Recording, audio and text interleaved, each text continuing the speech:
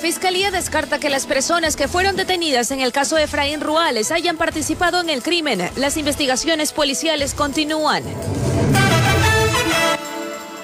Se realizó el sepelio del presentador de televisión Efraín Ruales. Solo pudieron asistir quienes estaban autorizados por sus familiares. Suspenden audiencia preparatoria de juicio contra Daniel Salcedo y otros 8 procesados por presunto peculado en la compra irregular de fundas para cadáveres e insumos médicos en el Hospital IES Los Ceibos. La diligencia se reinstalará el 8 de febrero.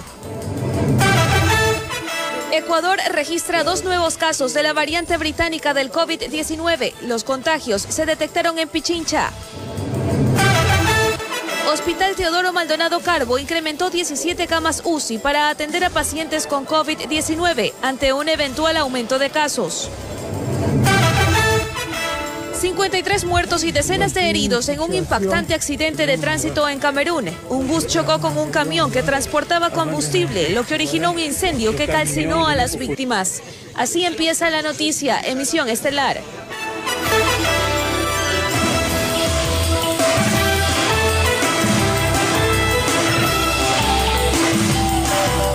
¿Qué tal, queridos amigos? Muy buenas noches y bienvenidos a la emisión estelar de su informativo La Noticia. Compañeros, muy buenas noches. Compañeros y amables televidentes, buenas noches. Como siempre, es un honor que nos acompañen.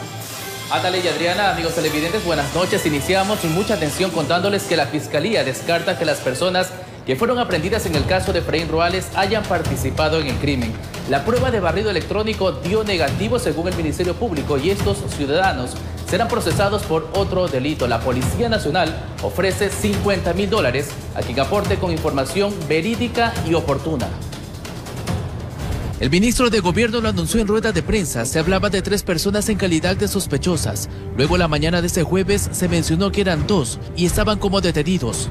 Pero la Fiscalía en un comunicado indicó que una vez practicadas las técnicas investigativas, como la de barrido electrónico, se ha descartado por el momento una presunta participación en el asesinato en cuestión. 2 de ellos, inclusive, fueron detenidos con sustancias estupefacientes, por lo que serán judicializados por este ilícito en las próximas horas.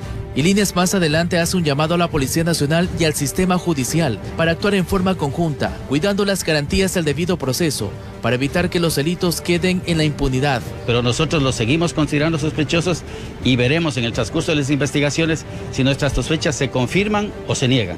Esto se da una vez terminada la flagrancia dentro del caso del crimen del presentador Efraín Ruales, registrada la mañana de ese miércoles en el norte de Guayaquil.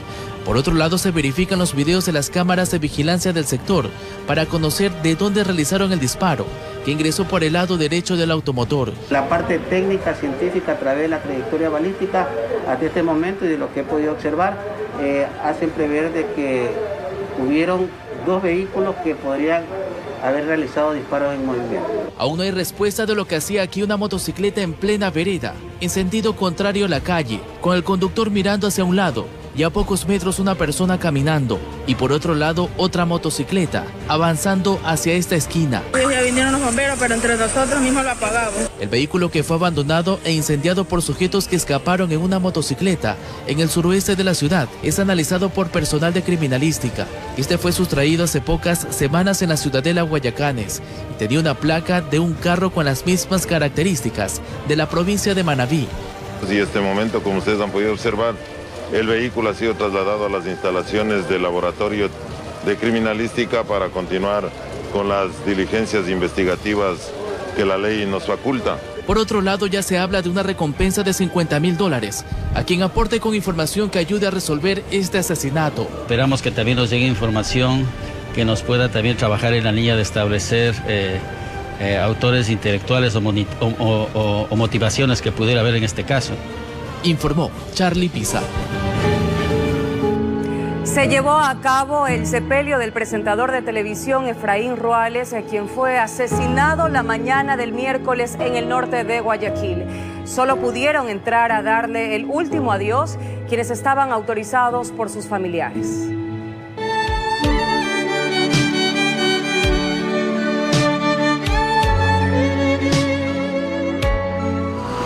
Amanecía lloviendo y fueron los primeros en llegar al Camposanto Parque de la Paz de Daule, a darle el último adiós al presentador de televisión Efraín Ruales. Sus restos permanecieron desde la tarde del miércoles en la sala 1 y 2. Patricio Gómez, ni bien se enteró de lo suscitado, llegó desde Loja. Dijo que su presencia es para despedirse de su presentador favorito. Yo, tristeza, me parte. Yo no soy acá, vengo de Loja. Quiero entrar y no voy a moverme hasta que me dejen entrar, más allá para verlo de lejos. Y una indignación, una persona buena, buen hijo, buen trabajador. Quienes ingresaban eran solo quienes tenían la autorización por parte de la familia de Ruales. Amigos cercanos, excompañeros del canal donde laboraba y unos que otros familiares de Efraín Ruales pasaron al velorio. Desde la tarde de ayer que fueron traídos los restos de Efraín Ruales al Campo Santo, un patrullero de la Policía Nacional permaneció en los exteriores, brindando resguardo. Un contingente de uniformados se encargó de custodiar el área e incluso prestaron su colaboración para revisar la identificación de quienes hacían la columna para entrar. En el interior se efectuaron 2 misas de cuerpo presente. El sepelio se dio a las 13 horas, donde participaron los más allegados. Informó Carlos Julio Gurumendi. En un gesto de solidaridad con la madre y demás familiares, el presentador Efraín Ruales, la alcaldesa de Guayaquil, Cintia Viteri, ordenó que las banderas ondeen a media asta en el municipio y demás dependencias del Cabildo. Además, Viteri expresó sus condolencias por la muerte del presentador y actor en una carta dirigida a su progenitora debido al asesinato de Ruales ocurrido el pasado 27 de enero de 2021. Los concejales de Guayaquil aprobaron una resolución que exhorta a las autoridades judiciales y de gobierno al cumplimiento de sus obligaciones en cuanto a la seguridad ciudadana.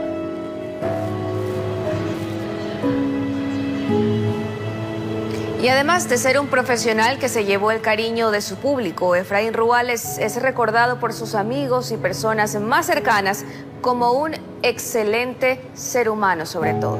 Veamos. Ahora solo queda el recuerdo de quien partió obligado por la violencia del crimen. Pero entre ese recuerdo del profesional, muchos han destacado al buen ser humano que fue Efraín Ruales. Por ejemplo, Carolina Aguirre compartió una entrevista donde el presentador jugó de manera improvisada con su hija. Señala: una persona que se hizo querer por todos en el canal, por su carisma y bondad, creyente, buen hijo, buena persona. Me da mucha pena y me resulta increíble hablar de él en pasado. Un tipazo. De su parte, Dayana Peralta en su cuenta de Instagram se refiere así: qué dolor tan grande nos dejó Efraín Ruales, un buen hombre que siempre nos regaló formas de sonreír la vida. Mas, sin dejar lugar a pasar saliva por la garganta, la misiva que posteó su expareja Alejandra Jaramillo nos encierra con sentimientos encontrados. Amor, dolor, convicción, futuro, pasado, todo enmarcado en la duda de una vida que hasta hace poco era un proyecto. No lo comprendo, no lo acepto y no lo entiendo, se cuestiona. Y continúa: ¿cómo podría empezar a explicarte cuánto dolor siento? No encuentro algo que describa lo demasiado que te voy a extrañar. Desde lo más íntimo hace vivir al lector parte de lo que fueron sus propósitos. ¿Y nuestro matrimonio? ¿Y los 4 hijos que querías tener? Pregunta, sabiendo que hoy esas interrogantes no pueden ser contestadas. El texto sigue: ¿qué hago con nuestros sueños? Interroga. Con nuestros anhelos, se vuelve a decir: casémonos, mi amor, solo con tu familia y la mía, sin nada ostentoso, sin nada de lujos, y mejor nos viajamos el mundo en nuestra luna de miel. En ese paso de ideas que se cruzan como autos en avenida, también hubo espacio para reprocharle al destino y buscar que la realidad y los sueños por un instante se jueguen a favor de los dos, a favor del amor, a cualquier costo para regresar a la rutina. Lea conmigo: ¿justicia? Justo sería que estés en tu peloteo de los miércoles siendo feliz. Justo sería poder abrazarte y besarte. Ven, mi amor, ven, abrázame por favor y háblame al oído. Dime que todo esto es una pesadilla y que volveremos a estar juntos. Ahora son recuerdos, pero los humanos no perdemos así porque sí las esperanzas. La parte última nos quiebra el alma. Dime que todo esto es una pesadilla y que volveremos a estar juntos. Bajo un ratito y vamos a desayunar al lago. Bajo un ratito para mimar a la bebé de papá. Te amo con mi alma, Efraín, y las almas que se unen no se separan jamás. La carta tiene más detalles que rompen el corazón. Desde acá no podemos más. A todos nos duele ese amor, esa partida, pero ninguno puede hacer nada. Quizá lo que se siente solo pueda pasar, como decía Alejandro Dumas, con silencio y tiempo. Informó Javier Rosero. Mucha atención, solo en 28 días de enero, 100 muertes violentas se han registrado en el país. Las autoridades explican que la influencia de organizaciones criminales internacionales y la lucha por el control de actos delictivos generarían un aumento en la violencia criminal. Veamos. El país se conmociona al ver cómo a diario se registran casos de muertes violentas. Las organizaciones delictivas han hecho parte de su accionar el ajuste de cuentas o sicariato como método de miedo y control de territorio. Hemos visto que ha crecido las muertes violentas por causa criminal que están relacionadas con otros aspectos. Ha crecido el número de personas que con antecedentes también son victimadas. Según datos oficiales, en lo que lleva del 2021, se han registrado 100 muertes violentas en el país, mientras que en el 2020 se registró un aumento de 173 en comparación del 2019. Pero esto no significaría que todos los casos tendrían un vínculo con el crimen organizado. El general Fausto Salinas, director de Seguridad Ciudadana y Orden Público, explica que las cifras de muertes por riñas y peleas entre ciudadanos también ha crecido. Es increíble que haya víctimas entre vecinos, entre familiares. Para el general Luis Hernández, ex miembro de las Fuerzas Armadas, dice que la seguridad en el Ecuador se ha deteriorado por una falta de atención a los organismos de seguridad, así como también una falta de decisión política. Parecería ser que a la política le interesa ciertos segmentos únicamente de poder antes que el interés de la ciudadanía en general. Además que las prácticas que estarían poniendo en marcha las autoridades no serían las adecuadas para controlar la seguridad, afirma el coronel en servicio pasivo Mario Pazmiño. Lo que se tiene que hacer ahí es generar una presencia disuasiva, o sea, una presencia permanente, las 24 horas. Ambos expertos aseguran que las actividades delictivas como la minería ilegal y el narcotráfico conllevan al aumento de otros delitos en el país. Entonces, si usted deja que prospere la ilegalidad, inmediatamente usted tiene otras ramificaciones como esto del sicariato. Además del narcotráfico, vengan un sinnúmero de delitos conexos. Expresan que también la influencia de las organizaciones delictivas internacionales ha influido en el crecimiento de las cifras de muertes violentas en el Ecuador, informó Mauricio Sánchez. Hallan armas de grueso calibre y más de 200 municiones y marihuana en un hostal durante un sorpresivo operativo militar en Tulcán, provincia de Carchi. El lugar alberga a ciudadanos extranjeros. Ante la ola de delitos que han aumentado en la ciudad de Tulcán, en su mayoría propinados por ciudadanos extranjeros, personal de inteligencia militar realizó varios seguimientos a ciertos grupos de migrantes que se alojan en hostales de paso. Se logró establecer que son estos los sitios que los albergan, un escondite para las fechorías. En coordinación con la Policía Nacional se desarrolló el allanamiento encontrando armas letales. Ametralladora UCI de fabricación artesanal, una alimentadora, 200 cartuchos de 9 milímetros y también sustancias sujetas a fiscalización, marihuana.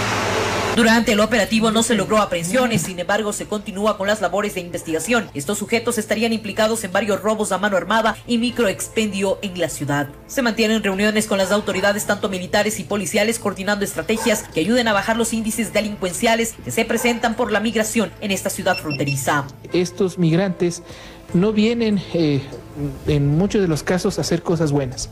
Se encontró droga, se encontró armas automáticas de grueso calibre. Entonces ahí está una situación que tenemos que salvaguardar. Con imágenes de José Cedeño desde Tulcán, informa Miriam Enríquez. Y 2 ciudadanos ecuatorianos fueron capturados en aguas internacionales luego de que intentaran trasladar alrededor de 379 kilos de droga a 250 millas náuticas de El Salvador en Centroamérica. El operativo fue ejecutado por guardacostas Estados Unidos y los detenidos están a órdenes de la justicia. Declaran inocentes a 5 de 6 personas acusadas de ser parte de un atentado terrorista ocurrido en agosto del 2019 en la Universidad de Guayaquil. Ahora analizan la posibilidad de iniciar acciones legales en contra de las autoridades de ese centro de estudios superiores. Las explosiones de bomba que se dieron en la Universidad de Guayaquil en agosto del 2019 llevaron a que las autoridades investiguen a profundidad este caso. Transcurrió más de año y medio para que se dictara sentencia en contra de varios procesados. Sin embargo, este jueves 28 de enero del 2020 se conoció lo dictaminado por las autoridades. Este caso es en el cual se había procesado a 6 personas por el delito de terrorismo. La defensa del señor Cristian Flores siempre mantuvo la tesis de que él era inocente y que estaba procesado injustamente. La Fiscalía en esta audiencia ha acogido esa tesis y ha desistido de su acusación, pues el tribunal simplemente de los 6 procesados ha declarado la culpabilidad solamente de uno y en tal razón pues se ha declarado inocente a 5 de los procesados. Tuvimos que esperar más de un año para que se ratifique el estado de inocencia de personas que hemos sido detenidos injustamente. Quien le habla estuvo más de un año detenido, alejado de mi familia. Este centro de educación superior ha sido el blanco de varios atentados. Los más sonados se dieron en el año 2019, los cuales se contabilizaron en total 6. Pero en el 2020 la situación cambió debido al tema pandemia. Aunque sí hubo más resguardo, tanto de la policía como de la seguridad, los alumnos dejaron de asistir a las aulas, no registrándose este tipo de actos violentos en contra del alma mater porteña. Sin embargo, los que estuvieron vinculados al último atentado ahora analizan la posibilidad de iniciar acciones legales en contra de las autoridades de la Universidad de Guayaquil. Estamos analizando iniciar acciones legales en contra del interventor Roberto Pazlek. La Fiscalía, como no ha tenido pruebas para acusar, ha ratificado el estado de inocencia hoy del señor Cristian Flores y en tal razón pues nosotros vamos a ver las medidas. El tribunal, gracias a Dios, el día de hoy declaró el estado de inocencia a favor de mi representado, el señor Daniel Cedeño Escobar. Y que en los próximos días se pronunciarían respecto a las decisiones que van a tomar, informó Julio César Sao. Además, se suspendió la audiencia preparatoria de juicio contra Daniel Salcedo y otros 8 procesados por presunto peculado en la compra irregular de fundas para cadáveres e insumos médicos en el Hospital de Los Ceibos del Instituto Ecuatoriano de Seguridad Social en medio de la pandemia del coronavirus. La diligencia se reinstalará el próximo 8 de febrero. La mañana de este jueves se reinstaló la audiencia preparatoria de juicio en contra de Daniel Salcedo y 8 procesados más en la Corte Provincial del Guayas, donde los abogados presentaron sus alegatos. Si no lo sabían, entérense. La mercadería fue entregada. Si fue sobrepreciada, no interesa, fue entregada. El dinero nunca fue pagado. El dinero está en las arcas del Seguro Social. No hay daño patrimonial al seguro, señores. No hay peculado. Más bien la empresa entregó la mercadería y no le han pagado o no han replanteado el precio. Esa es la verdad. La Fiscalía se mantiene en su postura de que se cometieron presuntas irregularidades en la adquisición de fundas de cadáveres e insumos médicos en el Hospital Los Ceibos del Instituto Ecuatoriano de Seguridad Social en medio de la pandemia. Nos dicen no existe peculado porque no hubo desembolso de dinero. Mas sin embargo, los $870,000 están ahí. Nunca se suspendió la partida, está lista para el pago. ¿Y qué es lo que pasó desde el mes de mayo, desde abril que se da inicio a esta partida presupuestaria? El Hospital Los Ceibos ha requerido muchas necesidades para afrontar la pandemia. Medicinas, respiradores, camas, áreas para gente con COVID. Y no se ha podido atender satisfactoriamente por la falta de recursos. ¿Y dónde están los recursos? Están dentro de esta partida presupuestaria. Salcedo está detenido desde inicios de junio pasado luego de que se accidentara en una avioneta con destino a Perú y en la actualidad permanece en la cárcel 4 de Quito. En el contrato 003 por la compra de los insumos de fundas de cadáveres para fallecidos no tiene nada que ver el señor Salcedo, el señor San Lucas y ninguna empresa relacionada a ellos. Todos los gastos que ha tenido que incurrir el hospital por la falta de disponibilidad de recursos tienen que ser considerados porque sí existe perjuicio para el Estado ecuatoriano. No es lo mismo contar con el dinero, $872,000 para ser utilizados en ese momento, que tenerlos guardados en una partida presupuestaria, porque la gente que vivió la pandemia y que sintió la necesidad de no poder ingresar a sus familiares por la carencia de instrumentos, de herramientas, de medicinas, fueron los perjudicados. A las 15 horas, el juez Reinaldo Ceballos suspendió la audiencia y dispuso que la diligencia se reinstale el 8 de febrero. Está desarrollando el procedimiento normal de contestar el dictamen acusatorio de la fiscal en cuanto a que pidió el llamamiento a juicio de todos los procesados. Informó Roselena Vasconés.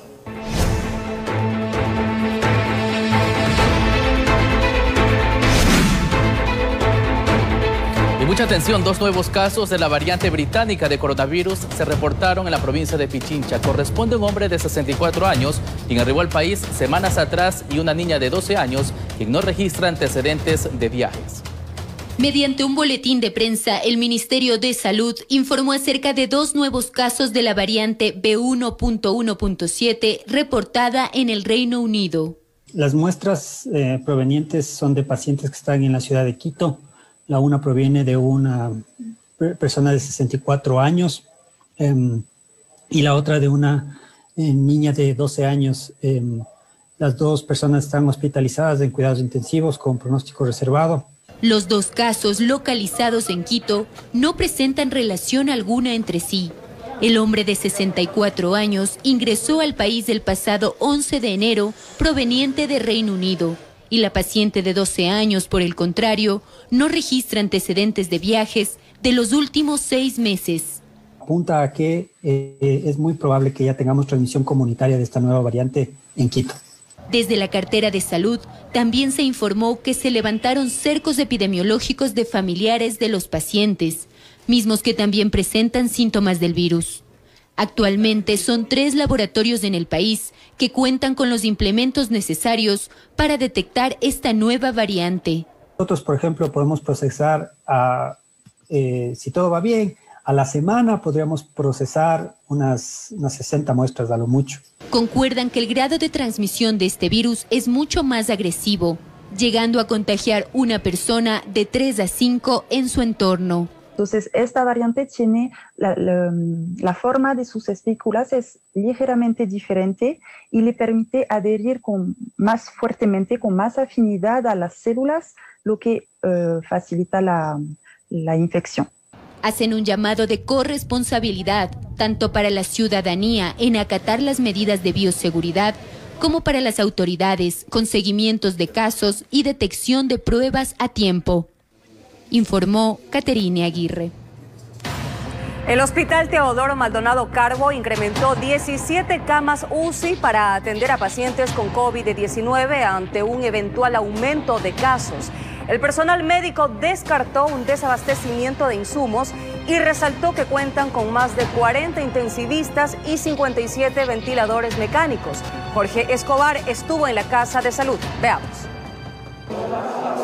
La curva de contagio se mantiene y en el Hospital Teodoro Maldonado Carbo, al menos el 98% de las 25 camas UCI destinadas para casos COVID. Es decir, a esta hora no hay una cama disponible en UCI. Eventualmente, depende de los días, ¿no? Hay días en los cuales tenemos una disponibilidad de camas, otros días que no.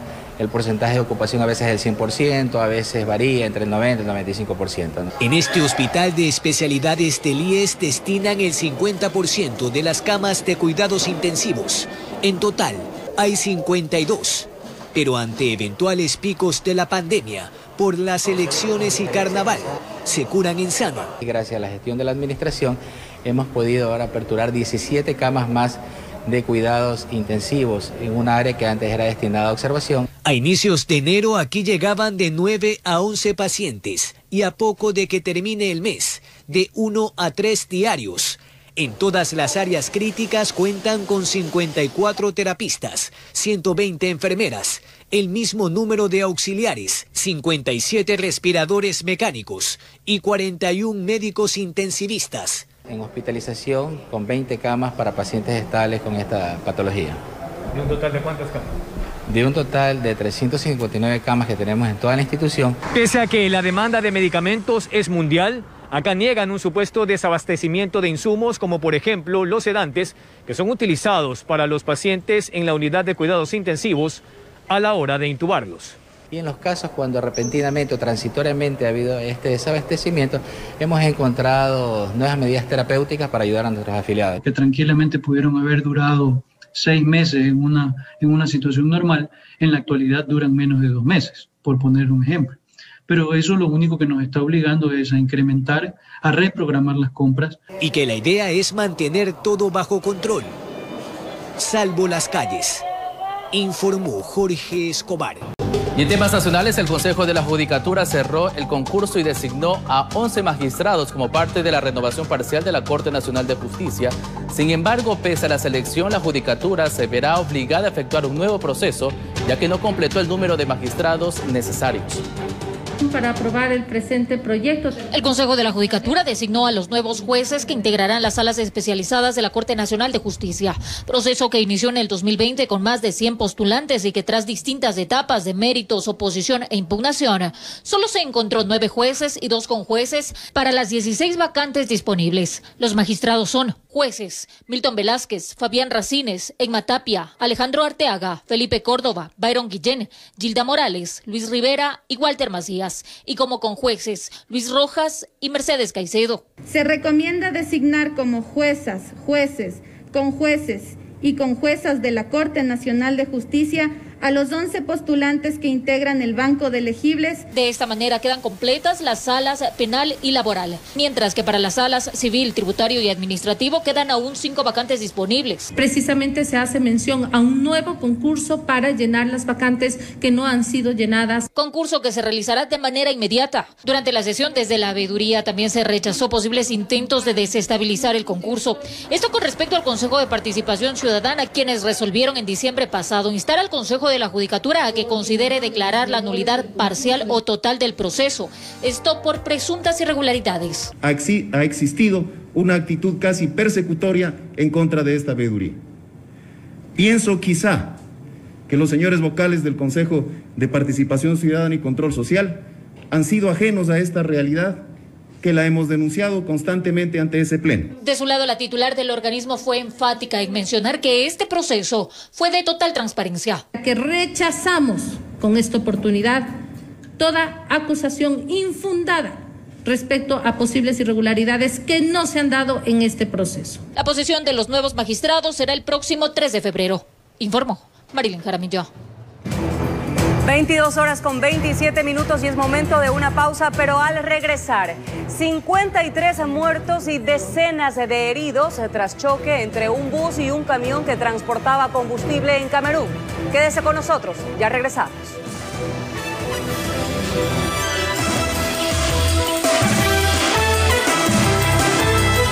De regreso al ámbito nacional, el ministro de Defensa advirtió de un grave problema en el proceso electoral por el retraso en la entrega de presupuesto por más de $3 millones a las Fuerzas Armadas. A pesar de no contar con los recursos, Jarrín garantizó el traslado de los kits electorales. Prácticamente a 10 días que los ecuatorianos acudan a las urnas, el ministro de Defensa Osvaldo Jarrín reveló que no les han entregado el presupuesto para cumplir con la primera fase electoral. $3.565.486 tenían que ser desembolsados el pasado 7 de enero. Si no pudieron pagar el 7 de enero, pues le hagamos para el 26 de enero. Y ocurre que estamos para el 7 de febrero, el proceso eleccionario, y no se cubren esas asignaciones. A pesar de la deuda, expresó que Fuerzas Armadas garantizan la distribución y entrega de los kits electorales a las diferentes provincias. Absolutamente.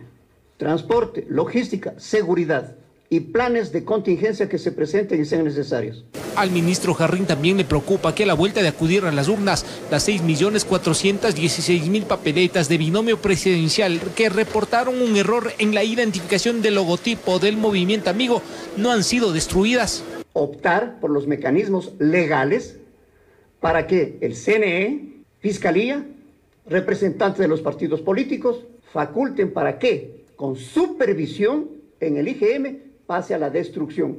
¿El cuándo? No sabemos. Sobre la posible presencia de grupos externos interesados en alterar los resultados de las elecciones, el ministro señaló: inteligencia militar no entra en los aspectos de inteligencia política que tienen que realizarse, pero directamente la responsabilidad es del CIES. Inteligencia política, las Fuerzas Armadas no la hacen. El Instituto Geográfico Militar terminó con la impresión de las papeletas, con excepción de parlamentarios andinos. Las Fuerzas Armadas son las responsables de la distribución y custodia del material electoral y empezaron con la distribución a los distintos recintos. En Quito informó Iván Casamen. Y a 10 días de las elecciones generales, 2 encuestadoras ubican en primer lugar a Andrés Arauz y en segundo lugar a Guillermo Lasso, mientras que otra presenta resultados contrarios. No descartan la posibilidad de una segunda vuelta electoral. A las 23 horas con 59 minutos de este día culmina el plazo para que las encuestadoras acreditadas por el Consejo Nacional Electoral CNE puedan difundir y publicar pronósticos electorales.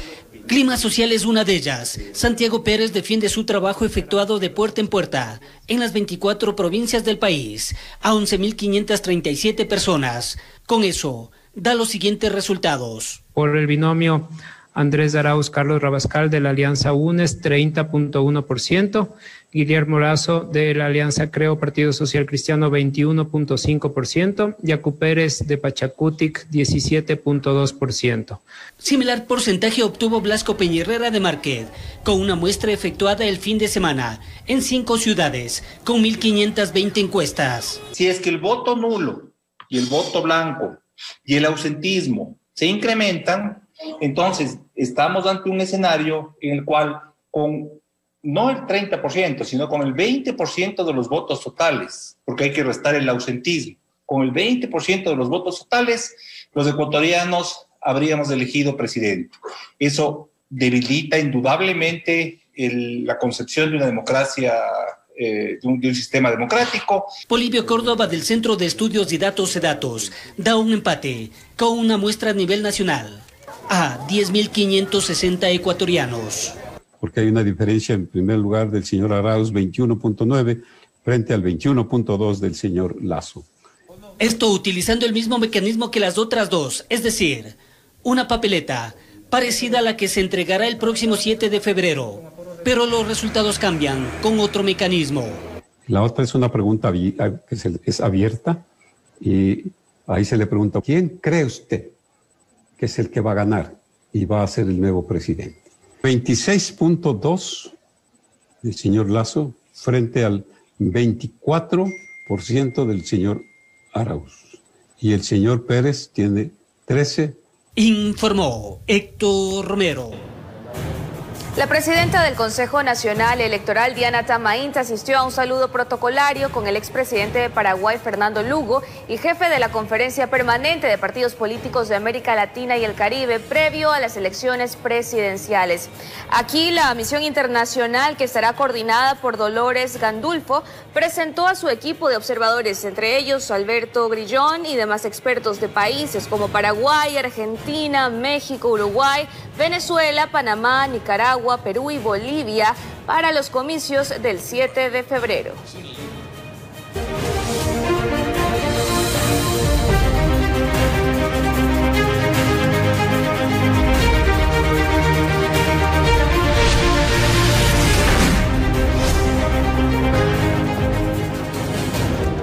En nuestro segmento Conociendo al Candidato les presentamos detalles de Guillermo Celi, aspirante a la presidencia de la República por el movimiento Suma. Guillermo Alejandro Celi Santos, 44 años, experiencia en el sector privado, abogado y catedrático universitario. En el sector público, procurador síndico del Gobierno Autónomo Descentralizado de Portoviejo desde el año 2009 hasta el 2012. Asambleísta nacional en el 2017. Ahora les presentamos el perfil humano y familiar del candidato presidencial del movimiento Suma, Guillermo Celi, a quien le gusta la música y compartir con sus seres queridos en tiempos libres de la política.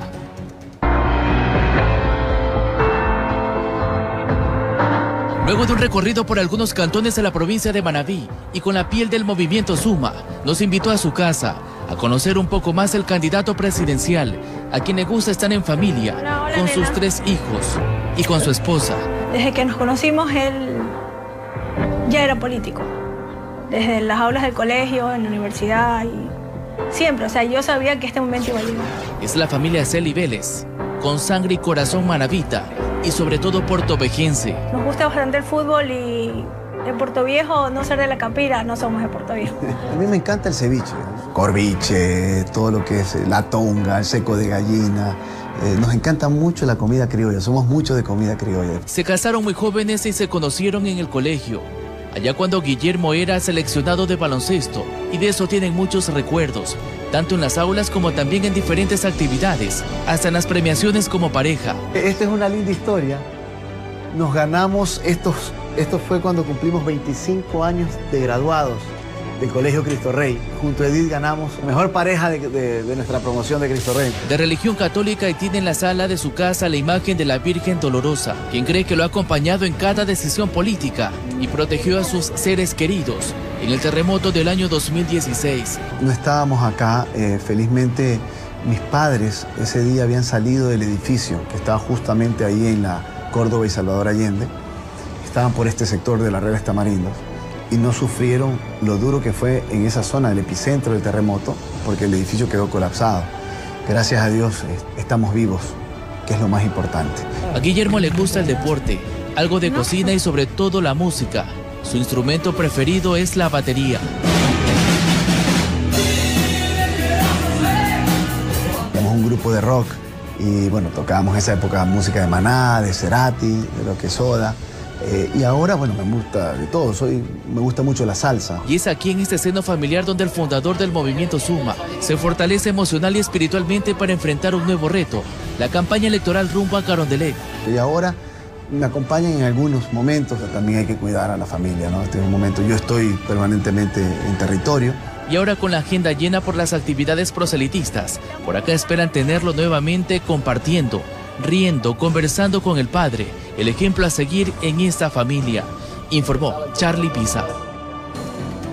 Y ahora veamos cuáles son sus principales propuestas electorales. Fundamentalmente vamos a reducir el IVA del 12 al 8% en general, al menos por un año, y del 12 al 5% para el sector turístico también por un año, para que de esta manera se reactive el consumo, es decir, la demanda, y esto genere una reactivación económica y empleo, que es lo que necesita la gente, los ecuatorianos en momentos difíciles.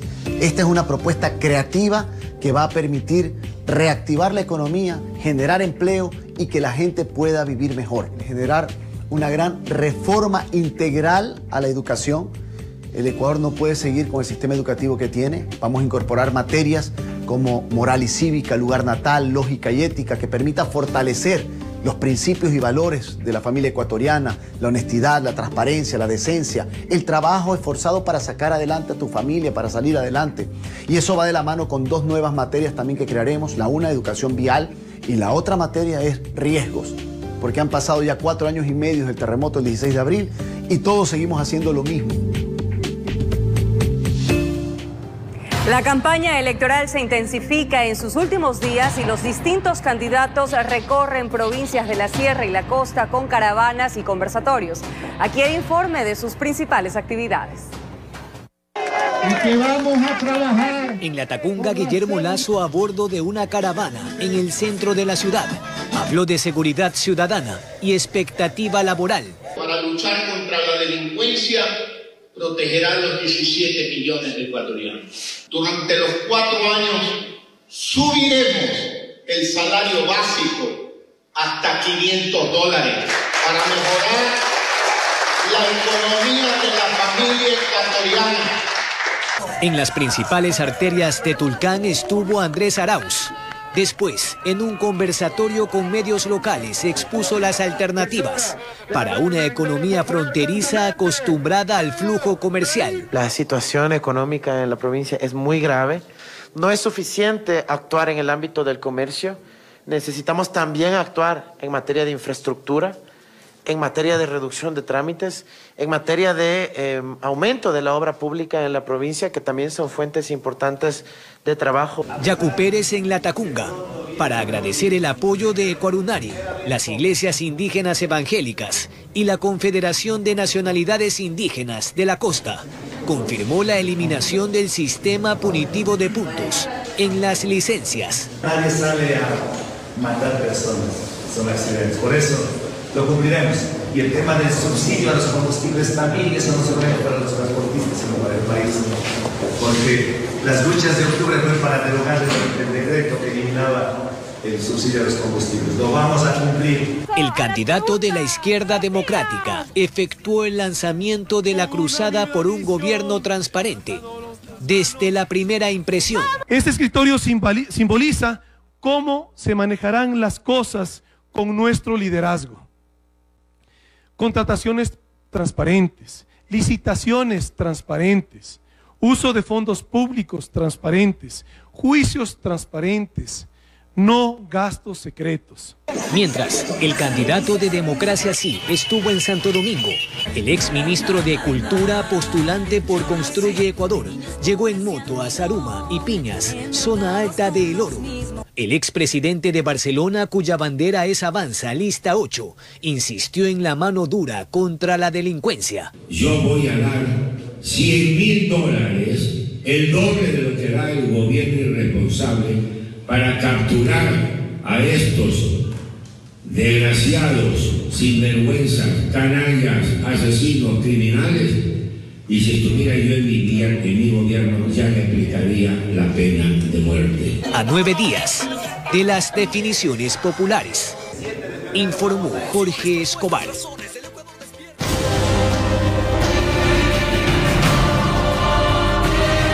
¿Son viables las propuestas de pena de muerte y cadena perpetua en Ecuador? ¿Contradicen a la Constitución? Lo analizamos con 2 expertos. La cadena perpetua es para delitos que no tienen rehabilitación, Habría que reformar totalmente la Constitución, Este lunes, en la emisión estelar de su informativo La Noticia.